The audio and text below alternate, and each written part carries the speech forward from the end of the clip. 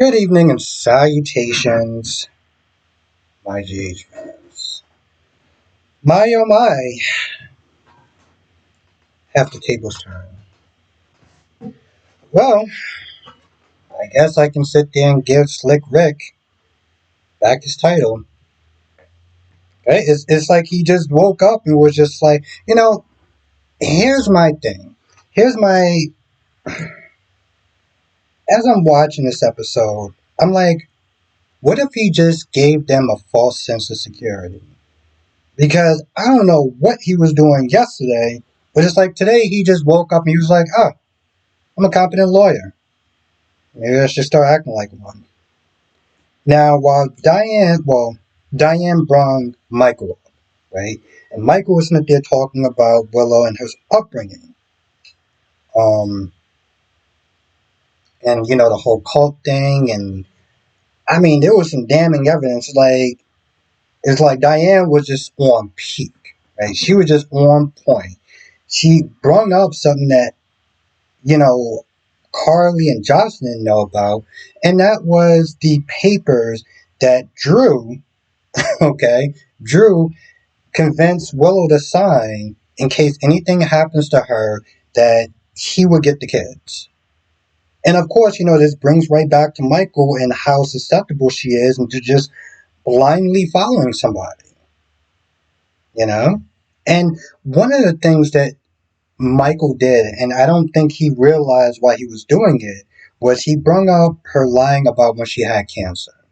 And saying that she was a damaged person.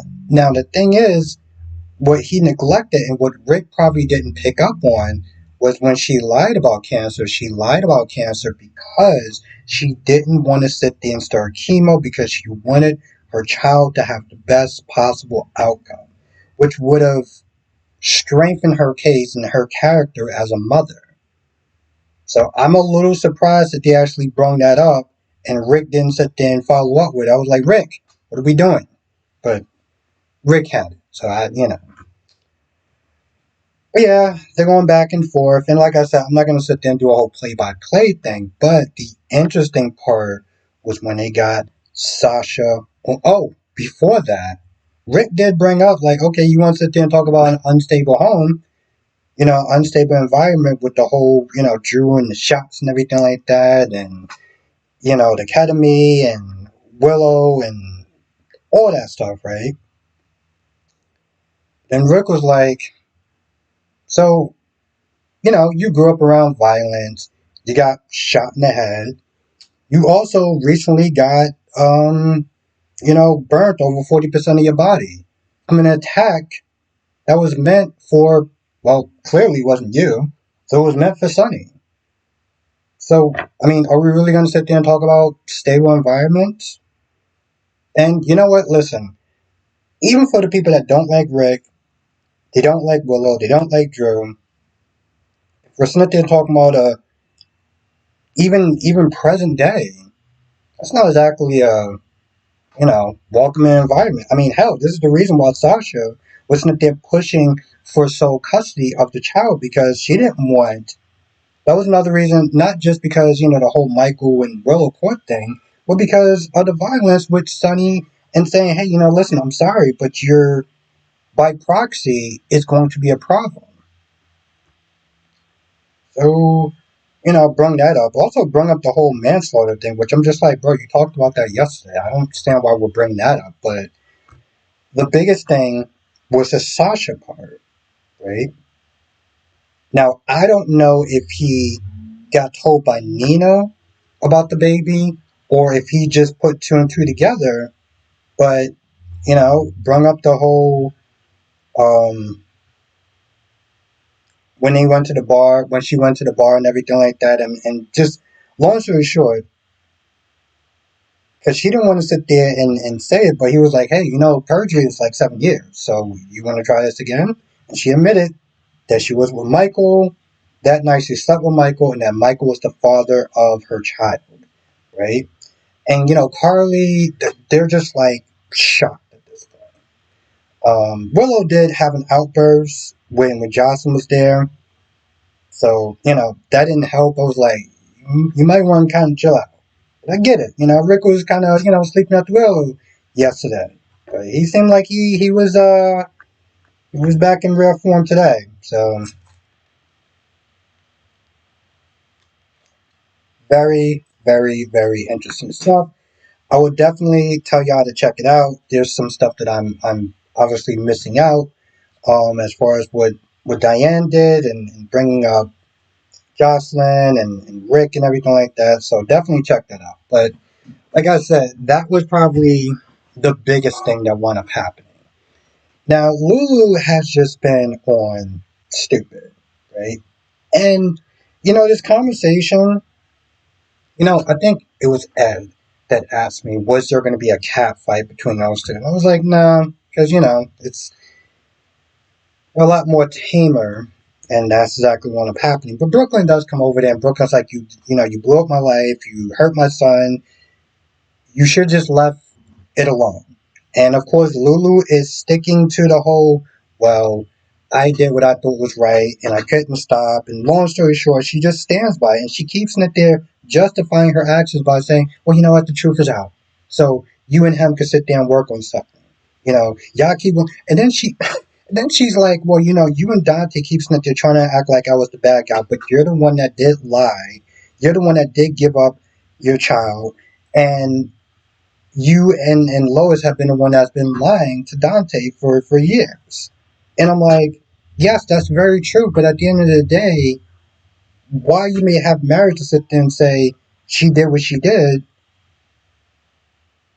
at the end of the day, it still was none of your business. And it's like she refuses to be like, you know what, you're right.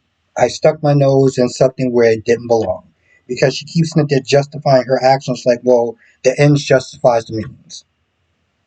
And so at this point, Brooklyn just pretty much walks off, vows revenge, and just keeps it moving. Now, Emma seems like she's trying to get at Dalton in a more seductive sort of way. Dalton walked up to her and she's all like, yeah, I was upset about it, but it's just because I want to spend time with you and getting to know you and kind of flattering him and everything like that. And there's one point where she's with Gio and Gio's like, is Dalton still looking at me? And he's like, yeah. So I guess she had like some sort of skirt, and she just pulled that down. I was like, okay, I see the angle that she's working at.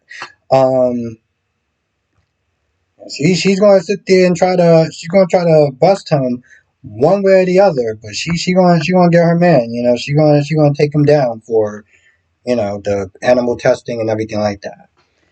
Um, Anna brung in Brennan to sit there and ask, hey, could you investigate Dalton because I just can't do it. You have no resources. And what Jack does is try to be like, hey, let me throw her off. And he's like, you're just being overprotective. You're being an overprotective grandmother. And he pretty much kind of just walks off or whatever. Um, and Felicia comes in there. Felicia kind of says, like, what if he's right? What if you're overcompensating for the fact that you weren't there for Robin, so you're trying to be extra with Emma? And listen, on some sort of level, she kind of agrees with that, but she's like, maybe two things can be right at once. Maybe what Dalton's doing is dangerous, and I am Snappi being overprotective.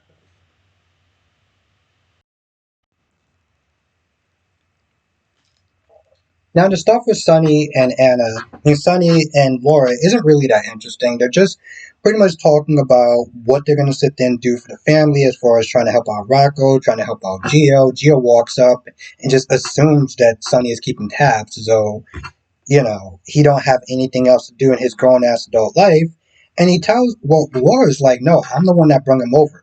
So Gio apologizes, and Laura thanks him for helping out Rocco, and be like, oh, well, maybe he wants to spend some more time with you, and Gio just kind of just dips back out.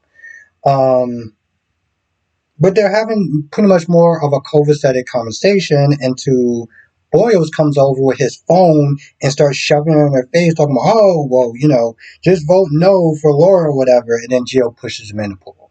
Just, making him look like an ass, which, I mean, it doesn't really take much because he was already doing that before, and Sonny was like, yo, listen, I don't have the patience to sit there and deal with you. Um, This makes me wonder just how, like,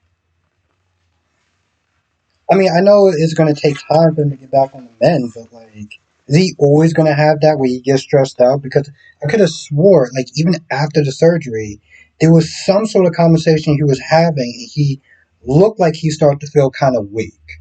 Um, Now, one of the things that I was a little confused about was them sitting there saying that it was a divorce hearing. That's what Sonny or Laura was sitting there saying.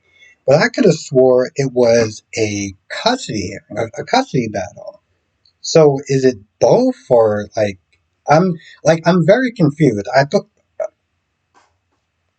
it's just I don't know which one it was, and it does really matter because if it's a divorce hearing, then yeah, the cheating and everything like that definitely does matter. You know, them playing it and granted, like I said, Diane actually made a lot of good points, and she was really um pushing for Michael to have sole custody, and Willow pretty much kind of giving the biggest L that Willow took was signing those papers that Drew did. Like, on what universe? Like, here's the thing: even if you don't like Michael and you're loving Drew, that's just out of pocket for anybody to do. Anybody. And she sat there and she had that look on her face like, oh man, maybe I shouldn't have did that. Oh, also, before I forget, Lucky invites Liz for like a little romantic lunch date. They talk for a little bit, and then he asks her to for marriage, and she says no. Now, while he does sit there and talk about their history, he loved her for a very long time, and he was that they're previously married to her. She still is unsure about him, and again, I don't know why she's entertaining playing house, going on these dates, doing this, that, and the third, and she already has reservations. And I saw in the preview, he was like, is it no for now? Is it no forever? I don't know. I feel like sometimes there's just enough damage. There's too much bad blood, too much history that kind of works against them. Where it's like we better off as co-parents and just friends. And I feel like at this point, that's what they are. But of course, who's Liz going to sit there and go out with it? And Lucky needs a reason to sit there. I mean, with these soap operas, you need a pairing, and that's what it comes down to. And I can't see. I mean, unless Lucky goes out with Christina, that's a thing, right? I mean, who else is Liz going to go out with? I want you to think about that. Who else would Liz? Well, I guess Rick, but she doesn't trust Rick, and he also they both. I mean, to be fair, Rick's history with Liz is worse than Lucky, in my personal opinion. So, I mean, if she ain't gonna give Lucky a chance, then she damn sure ain't gonna give Rick a chance. And then that just leaves Isaiah. And of course, people want Isaiah with Jordan, so that's kind of grata. And TJ, oh yeah, who's TJ? Remember him? Remember that guy? Yeah. Um, what else actually happened in this episode? God damn it, I wrote like 3 damn pages. Oh, and Vaughn and Jack are talking, and Jack is not there worried that she's going to launch her own investigation with Dalton and either spook him, make him go underground, or sell his stuff to somebody else. And the point is, what Jack wants is Jack wants Dalton to finish his research so he can sit there and use whatever he does with WSB. So he wants it to play out. He wants him to be taken down, but he wants that research. Um, so that's what they're worried about. And, you know, Jack is like, Jocelyn's too green to sit there and go up against Anna. So Vaughn's like, all right, I'll take care of it. Now, while Joss is too green, Anna didn't get to where she was, by just sleeping on the job. So I think he may wind up underestimating Anna. I guess we have to wait and see. Now, um, I feel like that's actually pretty much about it. If I missed anything, write in the comment section. Come to the live stream tonight, 8 p.m. Eastern, 5 p.m. Pacific. I will be talking about all the shows. You know what they are. Yeah, with that being said, I'm going to go. I will see you in the next video.